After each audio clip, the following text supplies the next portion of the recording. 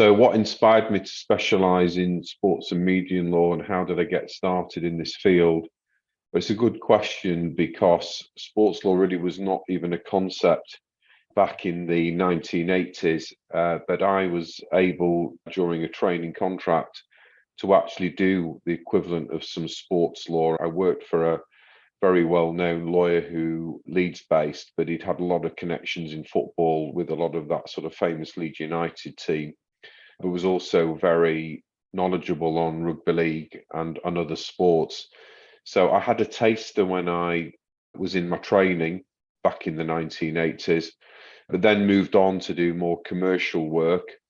And then probably, I think it was a breakthrough in 1994, I was starting to do some work in rugby league for some smaller clubs.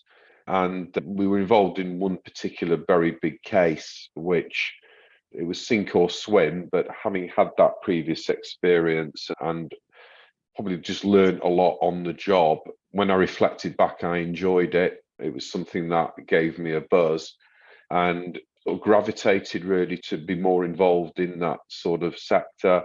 I then joined a more specialist legal practice in Leeds and Harrogate, and that led to more experience in sports and media matters.